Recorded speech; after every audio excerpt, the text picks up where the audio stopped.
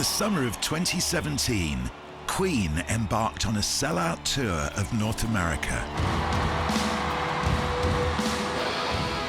It followed in the footsteps of their breakthrough tour from 40 years before, revisiting many of the same cities and once again performing songs that are now amongst the biggest in rock history.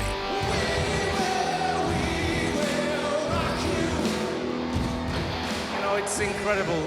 About 40 years ago, 4 precocious boys came from England to see what we could do in this beautiful country of yours. We were here in 1977. Maybe some of you were too, right? You remember?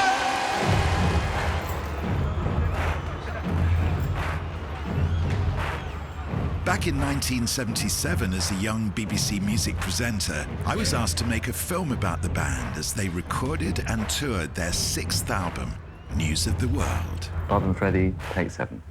That film was never put together, but now, to mark the album's 40th anniversary, we've uncovered and restored this long-lost footage. I'll have to sing it. Go on, and again. The News of the World tour was to be Queen's most ambitious yet, playing 26 concerts across North America in just 6 weeks. I was wondering now what targets you have left to achieve. #1 album in America. We were given unprecedented behind-the-scenes access. Oh, you've got me in a good mood! I'd watched the band grow over the previous few years, topping the UK charts and playing every conceivable venue. They'd rock Britain, but could they rock the world?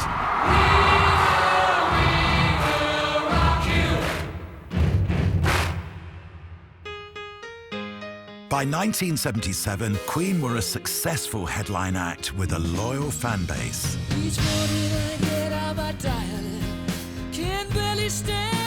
Their 2 most recent albums were a tour de force of multi-part harmonies and technical complexity, which required unprecedented recording time in the studio.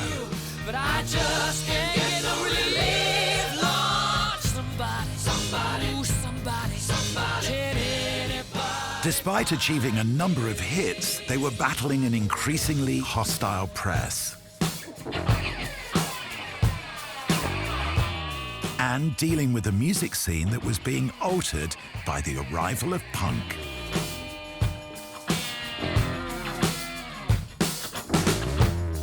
The whole punk movement was said to be a reaction against people like us, you know, who raised their art to a high point. I thought when we went into News of the World, you know, we couldn't reinvent ourselves as a punk band, but we wanted it a little bit more simple because we thought maybe these really grandiose things weren't really quite what was happening then, and to be more of the time, I guess. We made a more straightforward record. It was just that we'd gone as far as we possibly could into the sort of Baroque, complex, incredibly elaborate arrangement stuff, and we thought, well, it would be fun to go back to the way we used to play when we first started, which would be quite simple, guitar, bass and drums and vocals and whatever. I really like News of the World. It's one of my favourites, I think. And of course it had 2 monster singles on it. We Will Rock You, We Are the Champions. We always thought of them as a pair. We Will Rock You and We Are the Champions had a very sort of definite genesis. We played this great hall in the Midlands and it was packed. It was heaving. You know, those gigs that you love, it's all sweaty and hot, the atmosphere's great, everybody's in it, everybody's jumping up and down, making a noise. And what they were doing was singing along. They didn't stop. They sang every note of every song. And when we went off stage, they sang You'll Never Walk Alone to us. Now, in those days, it was really new, I have to tell you. You just didn't go to concerts where people sang to rock bands. So we went home that night thinking, what do we do here? What does this mean? What does this mean for our future? Obviously, the audience is as big a part of the show as we are now, so let's embrace it. What can an audience do? What could you ask them to do? They're all crammed in there. They can't do much, you know, but they can stamp their feet, they can clap their hands, and they can sing. And they would be leading the song rather than the singer. So I woke up with We Will Rock You in my head.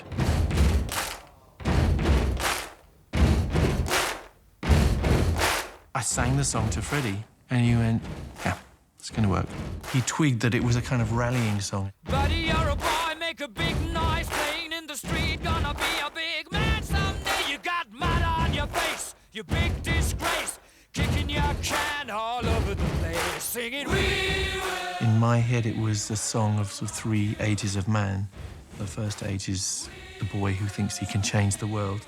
The second stage is the man who thinks he is changing the world. Buddy, you're a young man, hard man, shouting in the street. You're gonna take on the world someday. You got blood on your face, a big disgrace, waving your banner all over the place. And the third stage is the old man coming to terms with the fact that there's only a certain amount he can do. It's a bit like the Serenity Prayer, you know, change what you can change, but get used to it that you can't achieve everything. Buddy, you're an old man, poor man, pleading with your eyes, gonna make you zombie someday. You got mud on your face, big disgrace. Somebody better put your bag into your place. We will rock you.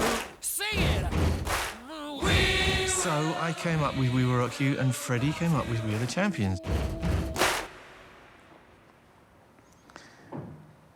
Do you enjoy record production, Fred?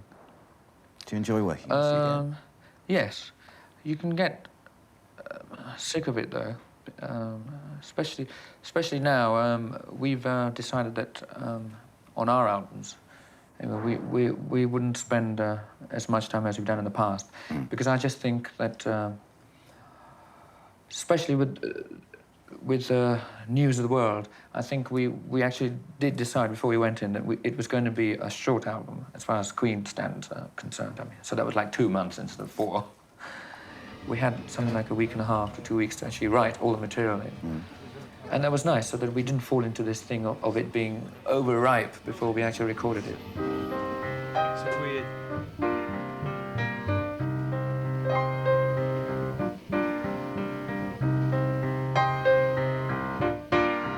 At Take the Races, we spent 5 or 6 months in the studio and very long hours, so just physically you couldn't be in the studio all the time. News of the World is back to a more spontaneous kind of creation of an album. Because of the nature of the way that we did it, we were all in the studio at the same time for a lot of the time. And it was more of a group thing than perhaps A Day at the Races was. It was easy because it was so simple. After what we'd been doing the stuff on News of the World, it was almost de rigueur to do it quick, because you didn't want to mess around with it too much. You didn't want to polish it too much. You wanted to keep the rawness there.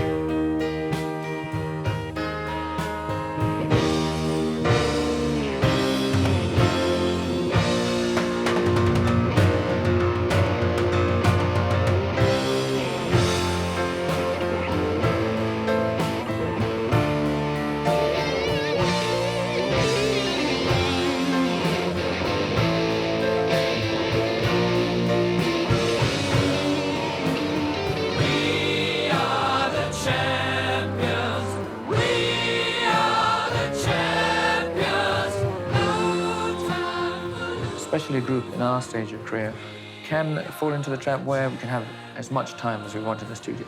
And you can just go and say, look, I'd like to try another area of this. But now I think it was up to us to decide from the very onset that this is the decision. You know, this is what we're going to arrive at before we got there. And we were going to say, OK, this is it.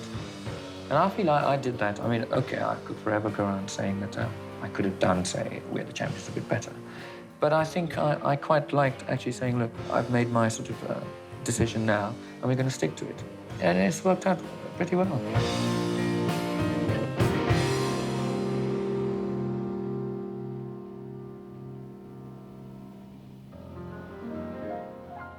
That was a lovely feel. That's exactly how it should be.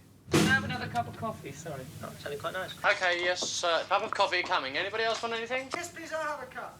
I'll have a cup with 1 sugar, please. Right, that's 3 coffees with 1 sugar, one of them. 1 3/7 sugars, please. 3 sugars. No, 1 3/7. 7 sugars. 1 3/7. Is this on? Test. Knock, knock. Hello?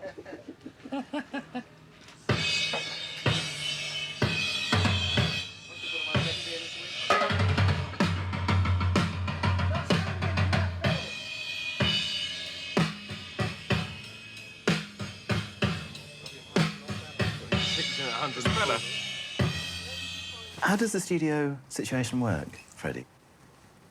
You mean amongst us? Yes. Between us? Yeah. If I write a song, then I sort of take it upon myself from the actual writing stages to the rehearsing, to the routining and to the recording as being my project, so I sort of handle that.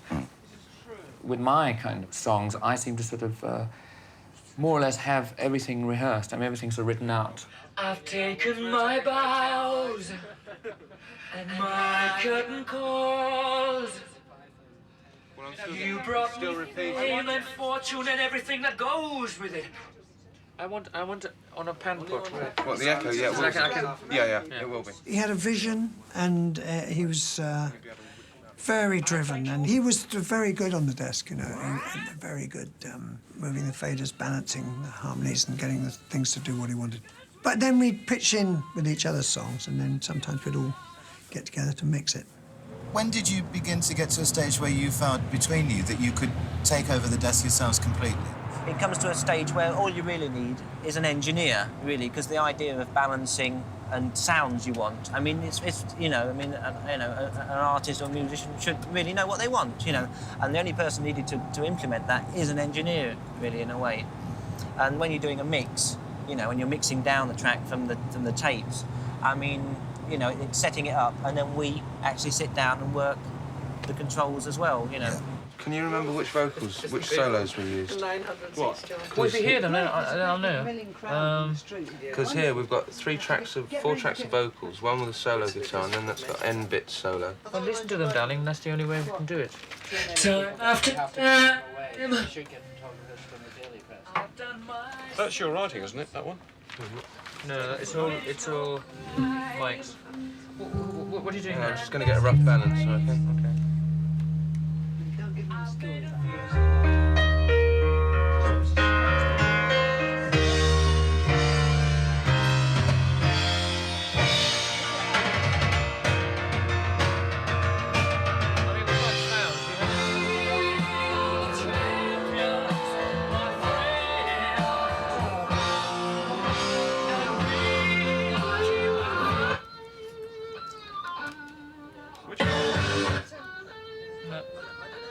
There must be more than one. The D's lead. Oh, that's the one, I think. There are 2 guitars.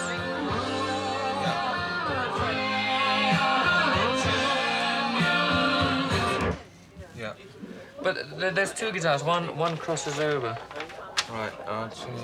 Do you remember? Yes, I remember. And that one is. Go back to that other place and then you find out. Just the last chorus? No. Do you want to do a guitar? Something, you know, I suppose it we would could. sound different. Do you want to do a guitar bit in there? Squeeze it in.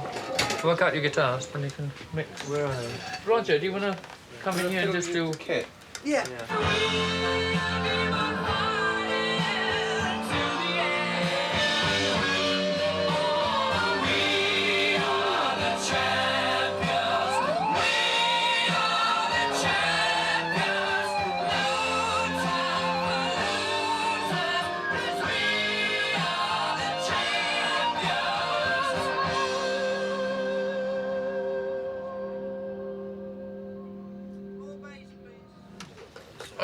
Back to cylinders. What do you think for sounds? I mean, I think we should just...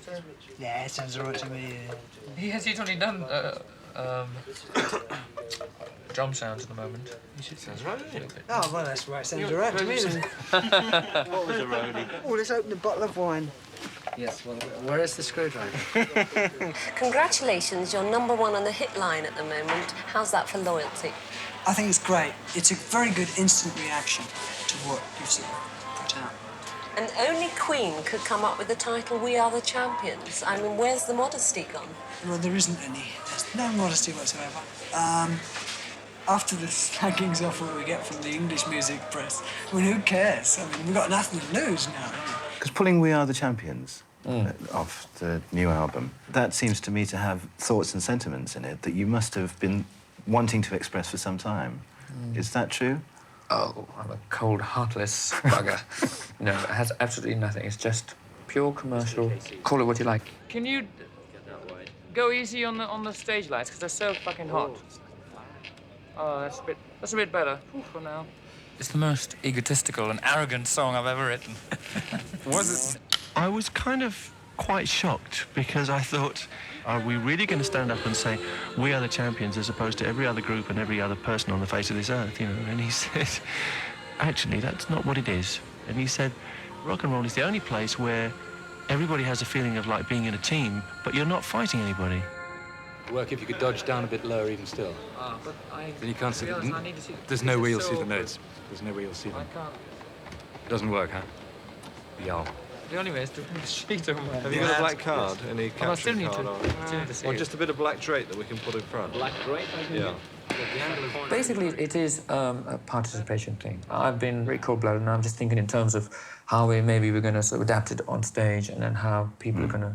It's a public stroke group thing, really. We're going to be finishing off filming for We Are the Champions, which, of course, you know, is the new single from the band, yeah? I don't know whether you've heard it, first of all. Have you heard it on the radio? Yeah. I understand it's number 2 on the hit line on Capital Radio tonight, so probably...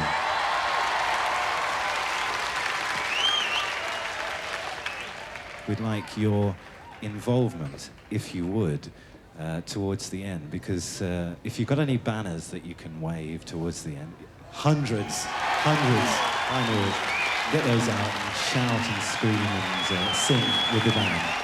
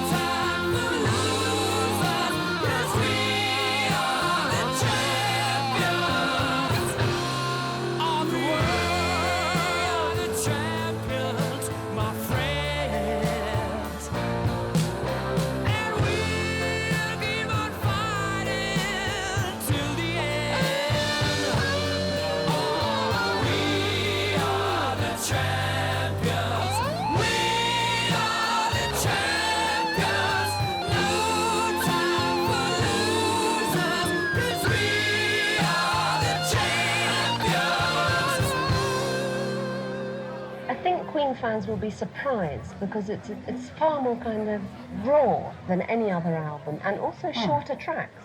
I'm glad you said raw, because that was exactly really what we wanted. Okay, you ready to rock and roll? Most of that album is quite stripped down. There isn't a Bohemian Rhapsody on that album. It's very powerful, it's very raw. So in a sense, we went a little bit sort of punky ourselves, I suppose. You get involved in quite a lot of music outside of the band and outside of the band's style, don't you? I mean, I remember you talking really in the very early days, for example, about the Sex Pistols. If you hear something that's, or hear of something that's exciting, there seem to be so few.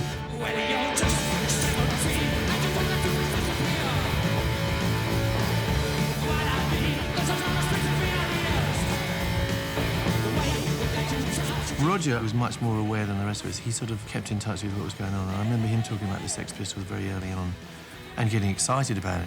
I thought, you know, this is so fresh, and I thought we needed a little bit of that kind of sensibility. Sheer Heart Attack, which is a song of Roger's which had been trying to get on an album. So we thought, oh, it makes sense in this context, only something simple and energetic.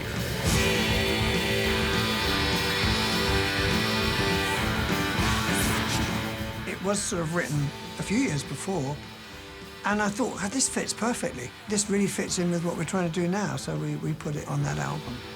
And it became a live staple. Murder to play on stages so fast.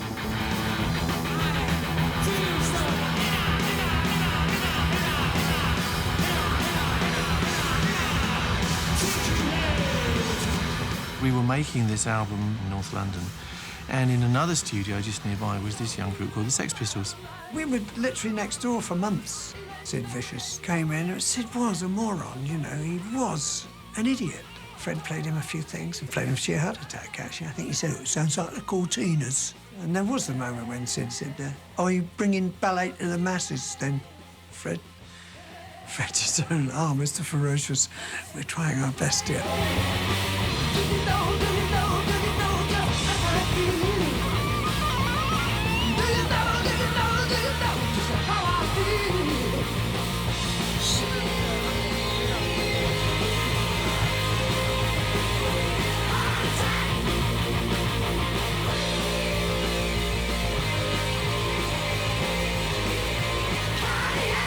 How are the rehearsals going, Brian? Very well up to now, up to the usual standard, I think, which is usually slow up to the last minute and then panic. But it's going okay. How much time have you put aside this time? We have a full week here in Shepperton, where we are now, which is without the PA, but we have the monitors, so our stage environment is more or less as it will be. And we have a mock-up of how the lights will be. And then the stuff is dismantled and goes to the States, and we follow it out a week later, and then we have 3 or 4 days with everything, and with John working the PA and everything. How much of News of the World are you going to do this time? News of the World will feature heavily, partly because it's easy to do. Most of the stuff is fairly simple in terms of instrumentation, and it was built around stuff which is easy to do on stage, which really is the first time we've done that since the first album. So there'll be a lot of it. We've already been through 5 or 6 numbers off the new album.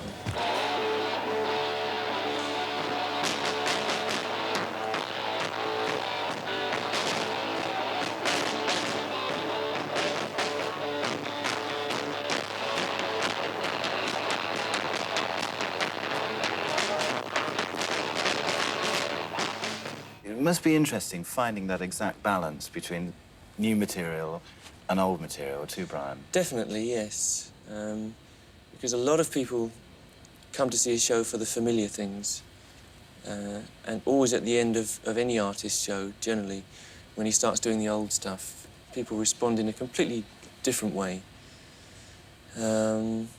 So you have to, as you say, you have to strike the balance between doing the things which people want to hear and doing the things which you think you ought to be introducing them to.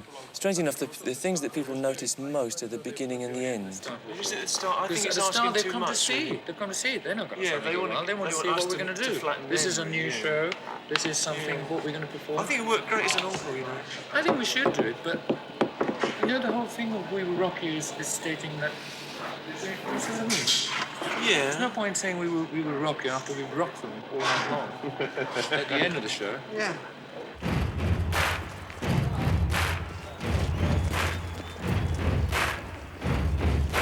We love designing these sort of dramatic openings, and particularly the beginning and the end of a show is a great opportunity to do something special. And We Will Rock You, I think in my head, was partly conceived as an opener anyway. I thought, wouldn't that be great just to start off with this very stark stamping and clapping, and it'll be like the audience is starting the show. We will rock you.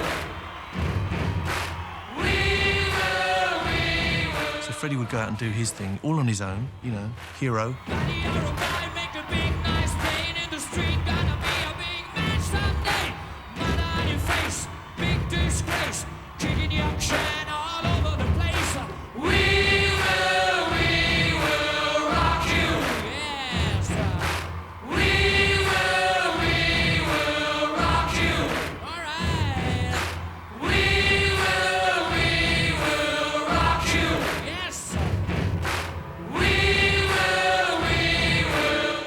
Go out on the other side, do the guitar solo, hero.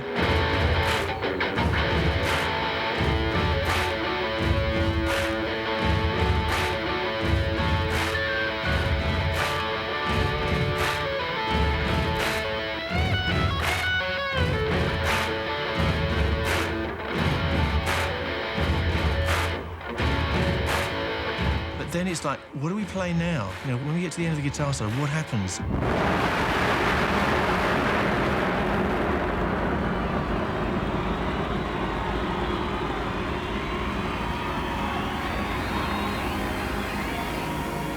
There's this huge kind of anticipation at the beginning of a show. You've got to be high energy. You've got to fulfill that kind of expectation. And on the record, you go into We Are the Champions, but that wouldn't be right, because We Are the Champions really cries out to be the end of a show. So we thought, what do we do here? And for some reason, I thought, well, a fast version of We Will Rock You would be really interesting.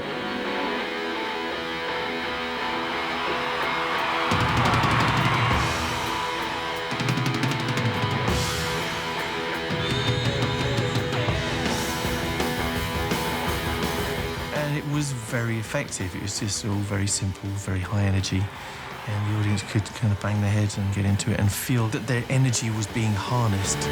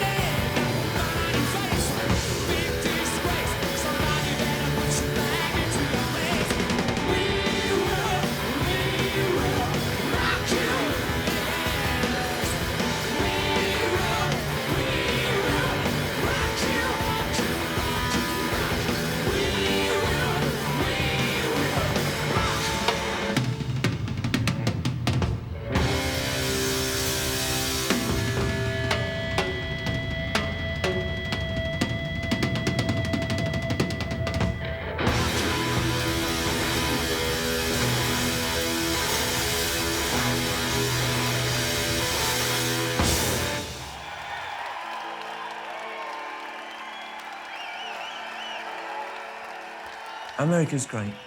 You feel like America is the centre of rock music somehow. There's a real family which surrounds music in America. You go there and you feel that you're part of it, you know.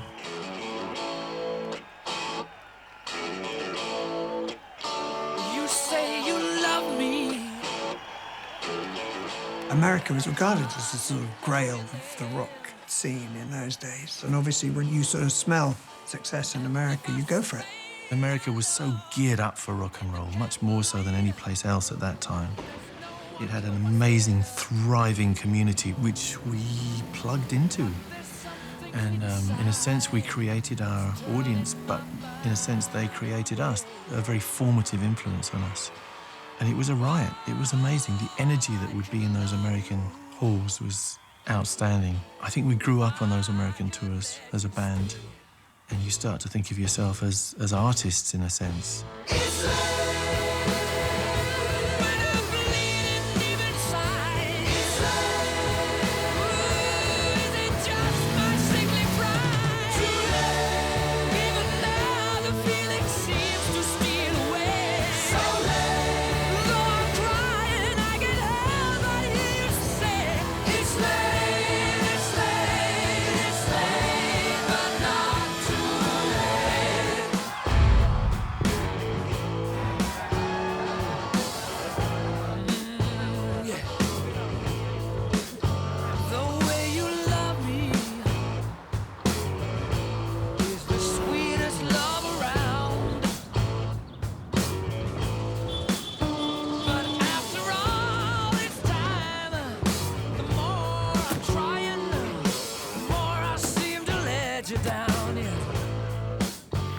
are you going to make sure that the whole, all the lights, all these gaps are filled up? Oh, yeah.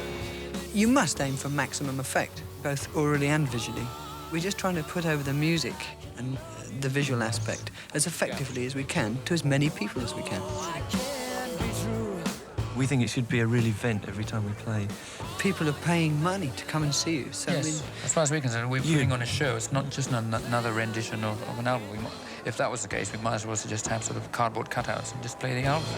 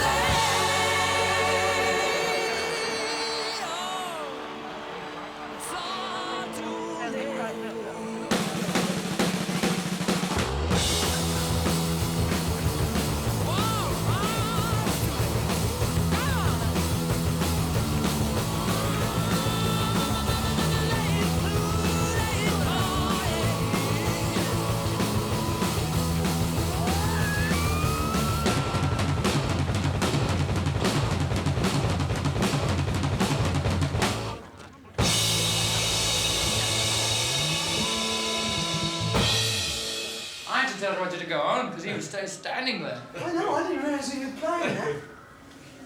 Oh, blood. Sue the management. Yeah, I bled as well. Shit. I haven't got that blood. Peter, sue the management.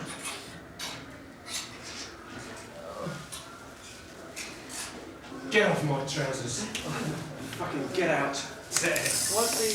We did stay pretty connected. Generally, we sort of found a big place where we'd all get ready together and we would kind of joke around and talk about stuff. So we had a good kind of camaraderie, which kept us alive. Arnold. Sorry. Oh my God, get a shirt on. Please do. Oh shit, I threw my whistle away actually. I bet you can't blow him like that. I hesitated, actually, I did. I thought, I'm throwing it at him. I should ask for it back. I want it back. You threw my best fucking pair of maracas away the first day. Great sound maracas. I mean, it took me hours to steal them. Now they know I'm going to throw And those he things. just Actually, they were wonderful, I must say. I'm sorry.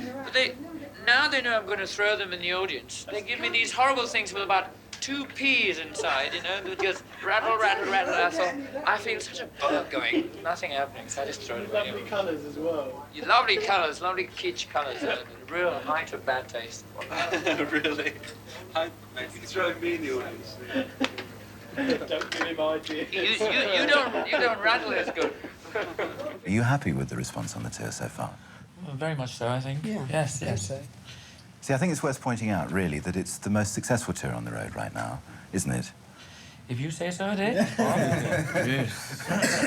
Well, we wouldn't want to keep abreast of it, but yes. Yes, it is really. There's a lot of competition around. I mean, there is... how many groups on the road? I mean, it's... Well, I don't know. Of the sort of halls we're playing, no more than half a dozen. The people here are just geared to going to actually seeing so many rock concerts that, I mean, it's like a way of life, really, isn't it? Particularly what strikes me on this tour is how well put together the stage is, how well designed it is, and how well the stage show works. Can you describe the opening and how you got the idea for it, Freddie? How did I get the idea for it? Got the idea for it? I don't know. Usually our ideas kind of... how did it start? Somebody comes up with an idea and it's immediately rejected. But it kind of sort of seeps in after a while, once it's kind of thrown about. They want to get a row on film, you see. Yeah, they want to get a row. You should have been there yesterday. Well, you were there yesterday, but the cameras weren't really. I'm playing what I always play. I'm playing exactly what is on the record, Fred. You do slow down. Oh, fuck, slowing down. That's hardly the point. Please, we'll give it a bit more to you. We might try and join in with you. Well, you're expecting all of us to be perfect before you even attempt to do anything. Oh, don't be so fucking ridiculous. Don't take it down. That's all right. That's all right. Well, I want to hear it. I hear we split up last week. Yeah. According to the enemy or something. Yes, we must develop that, just to a point. How did that develop, those rumours? Oh, it's not. It's a lot of trivia. It's not even worth talking about. Was there any basis in fact for that speculation at all? Not as far as I know. Breaking up when we're doing so well? Yeah. You must be kidding. I think the most important thing is for a band, basically, it has to be good. And it also has to stick together, I think, and know each other backwards, you know. You've got to almost know what the other person's thinking, I think. A band has to stick together until there's no longer any point in it sticking together, if you see what I mean. But mind you, when it is all over and there's not really much coming out of it anymore, you've got to quit then, I think. I'm sure we will when that happens. Should we do something up front? See if the fucking monitors work here. We did, in a sense, become a little less cohesive, I suppose. But I think the great thing for us was that we always did sound checks. We did long sound checks every day, and so much happened in the sound checks. We would talk to each other, look at each other, discuss things. We'd figure out what was good about last night, what wasn't good about last night. And, you know, let's try this, let's see if we can get this song together and try out things and have a bit of fun. It's a kind of dedication, really, but boy, it pays off. So I think that saved us from getting fragmented and disconnected. Get your body down, get your big tail down, get your heart beat, baby. Get your timing right, get your rights all tight. It's gotta be tonight, my little Scooby. Mama says you don't, Daddy says you won't, and I'm boiling up inside. No way I'm gonna lose out this time.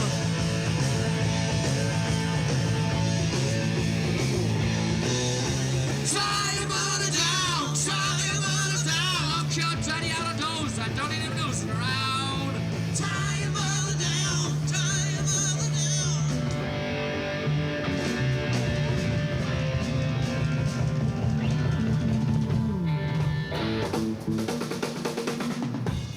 Just try and give me a touch more vocal.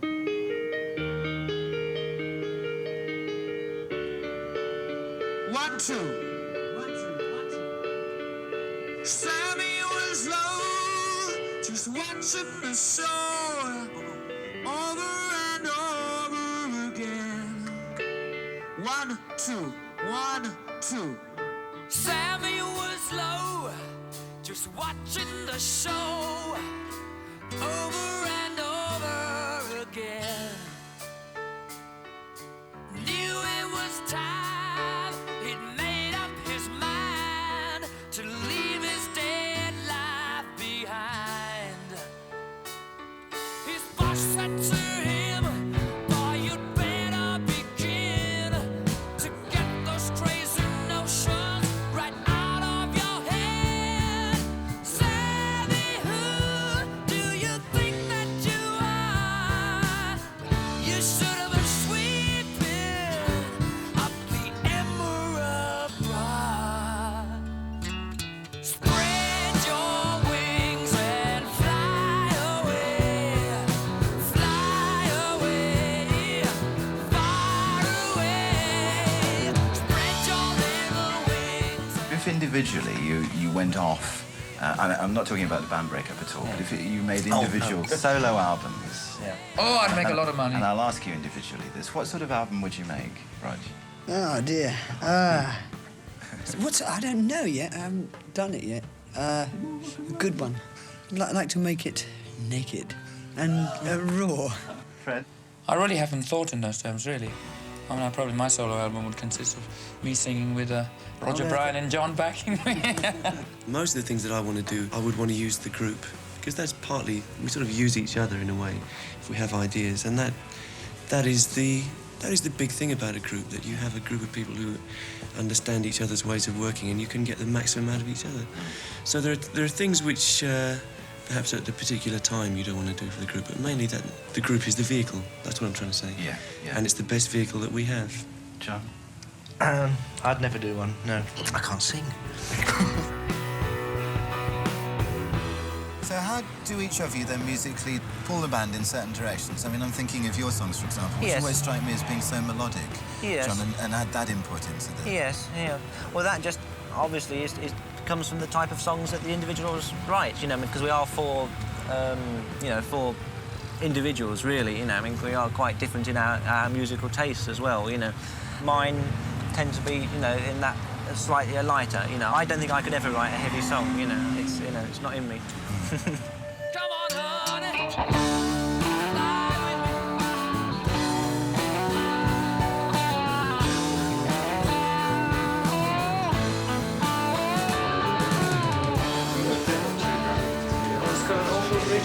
Is there another one?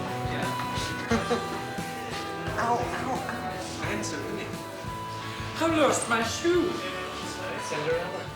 I like to think that I can do different things. I mean, I don't like to sort of just think, okay, rocking rail, so therefore I'm going to go up there, put on my high heel shoes and play the songs. I like to think that we do so many different types of songs that then when we try and put them over, they require a different sort of format, and within that is a wide area. Why don't you do a nice picture of Rodgers and Hicks? Taylor dies. Away! Hoover, I don't do my own. Dave! Do. I feel a lot of people now realise when they come to see our show that they're going to get a lot of contrasts. We're not scared of trying out different ideas, you know. I think one of the things that we really steer clear of is trying to sort of repeat the same formula. That's not the thing done in rock and roll. I mean, He tells all can you imagine it? As the albums have progressed, I mean, our sort of songwriting has progressed, and we sort of ventured into sort of different areas. When people hear them on the records, we like to do them on stage. We'd like to try something very different right now. This is from the new album, The News of the World. Have you got it yet? The album, that is. Okay, you might just about recognize this one. This is called My Melancholy Blues.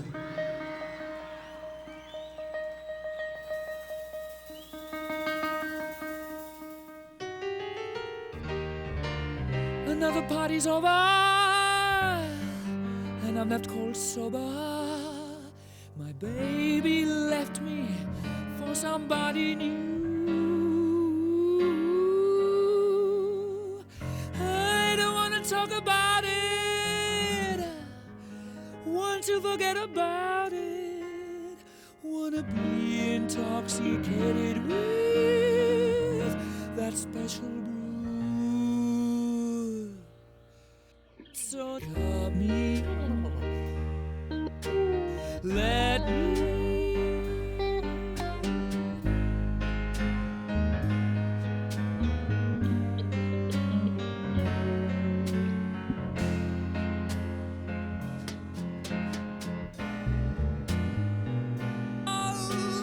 Don't expect me to behave perfectly and wear that sunny smile.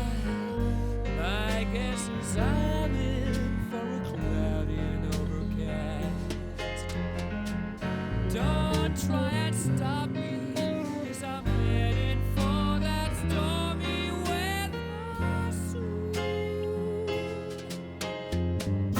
I'm causing a my sensation with this new occupation. I'm permanently glued to this extraordinary mood. So my mood.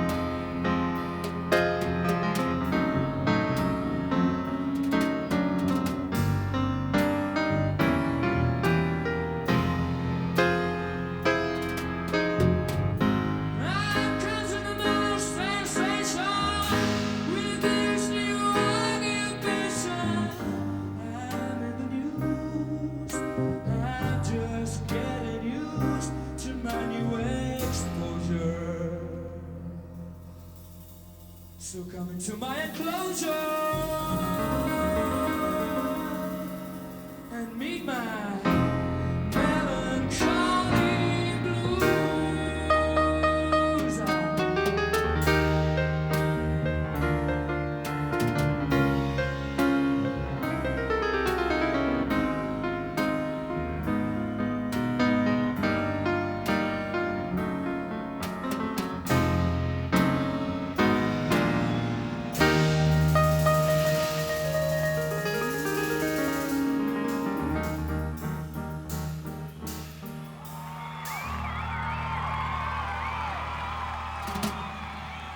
We're halfway through the tour with Queen now, and it's proving to be, relative to everything else that's on the road this autumn, a very, very successful tour. We've just come back from a gig at the Atlanta Stadium, and we're just going up, I've already got one, to the bar to get another drink. On the table and kick it. No, I can try. On the table and kick it. Right. Oh, fuck. The Midwest could get on your nerves because of the sheer repetition of it, and every town looks so much like the other. And you did feel like you were in a culture vacuum sometimes. Sorry. All we have is bad televisions, vibrating beds, even worse, and bad food. But it was still a lot of fun. There was loads of sex and drugs. And, no, there really wasn't much sex and, well, there wasn't much drugs.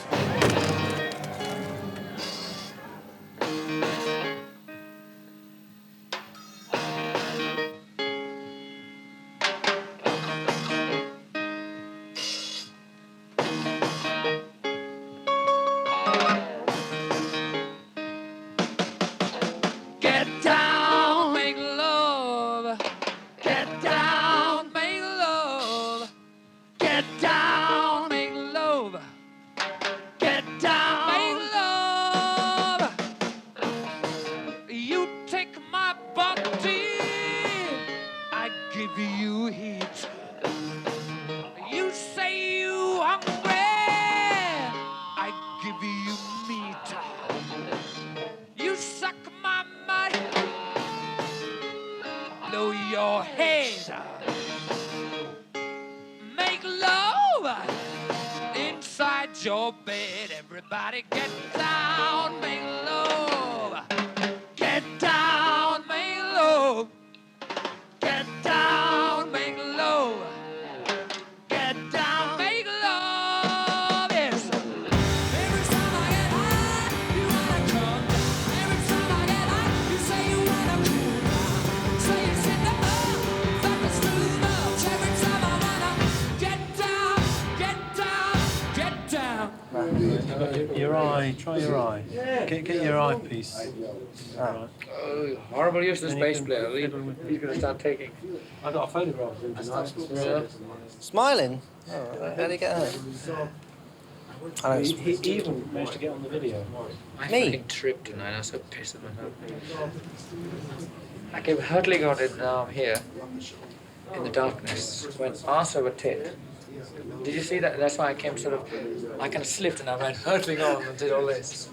It really puts you off, doesn't it? It felt real.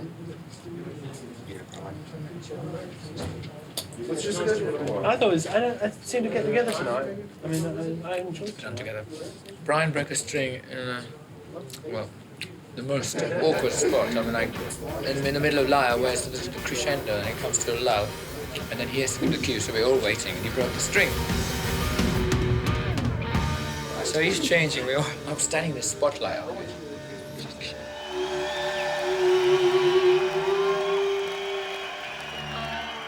But anyway, we've been in worse things. They were good, yeah. It's been different this time, I don't know. Last time the places were smaller, a bit smaller, but they were more up. This time I suppose they brought their mums and dads.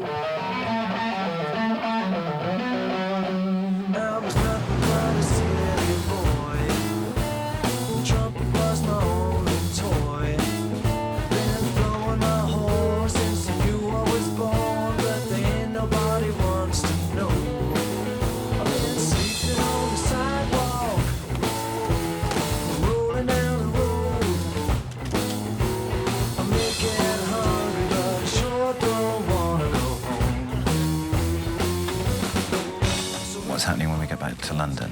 We're going to be, presumably, looking at your whole business situation and reviewing it. Let's face it, we're going to sort of try and sort out a lot of so-called business problems, and I think, I mean, the so-called Queen empires, it's pretty large now. We've all got subsidiary companies and things, and it needs a lot of handling.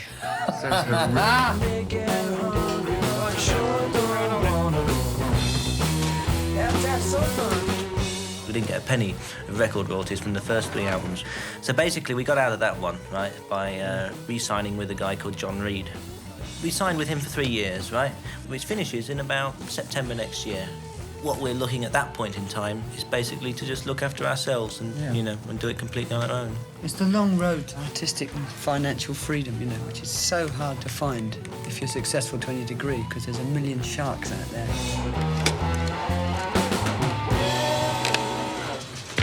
You've achieved so much now over the last 5 or 6 years, and I was wondering now what targets you have left to achieve, really.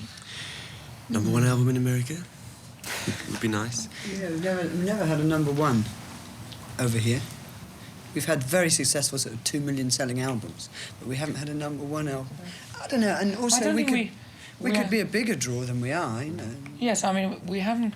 I don't think the wrong thing to do is to actually sort of see ourselves with a particular goal to meet, you know? I mean, to say, this is where I want to go. It's got to be so wide that, I mean, you just keep going. I mean, there's... these sort of areas are endless, really.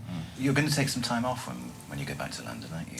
That's the plan, yeah. You have to get refreshed every now and again, and we haven't really had a holiday for the last 4 years or so. We've always said this is time off, but then it isn't, because you get involved in projects. So certainly for me, I'm going to get as far away as I can.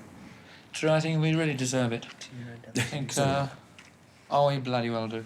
I think we've been kind of sort of putting it off for the last 6 years, really. And I think the time has come where we can kind of ease off a bit. And just, I mean, I don't know, on this tour I've been surviving on just jabs. And I mean, I don't mean that in that sense. Oh, please, mother. No. But the show goes on.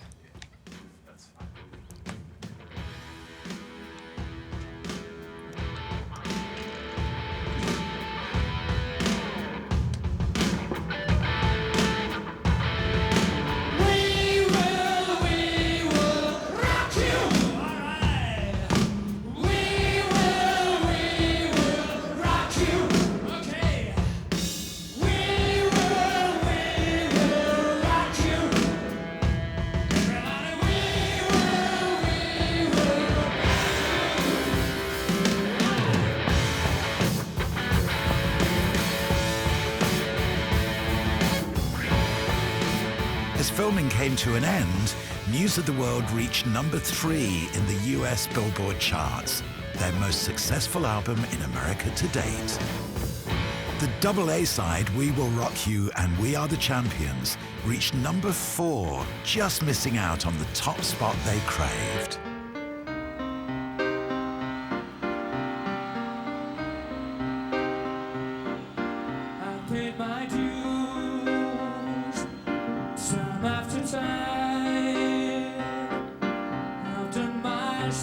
It was to be another 2 years before their singles Crazy Little Thing Called Love and Another One Bites the Dust finally got them their American #1. But the huge appeal of We Will Rock You and We Are the Champions was to be pivotal in cementing Queen's relationship with the American audience. A relationship that endures to this day.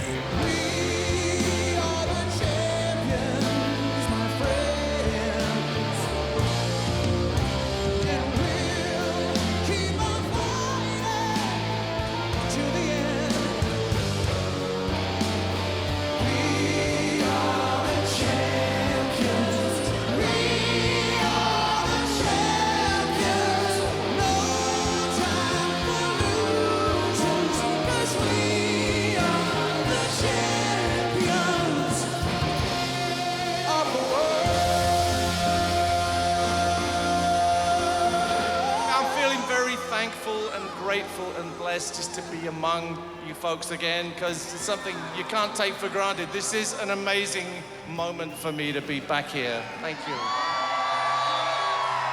It seems quite incredible that old Roger and me are back here, and it's even more incredible that you guys are here to see us. It's been no bed of roses, no pleasure cruise. I don't think either Roger or I ever thought that this would happen. We thought it was kind of done in the old days when we lost Freddie. And it's wonderful that we have Adam. You need an extraordinary figurehead, and we do have it in Adam.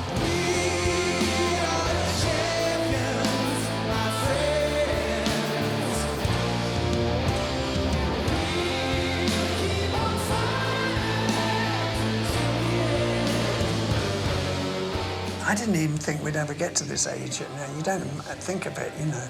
We spent half our lives building up this legacy of songs and sort of contact with an audience, and now we can still be Queen in some way. It's a miracle.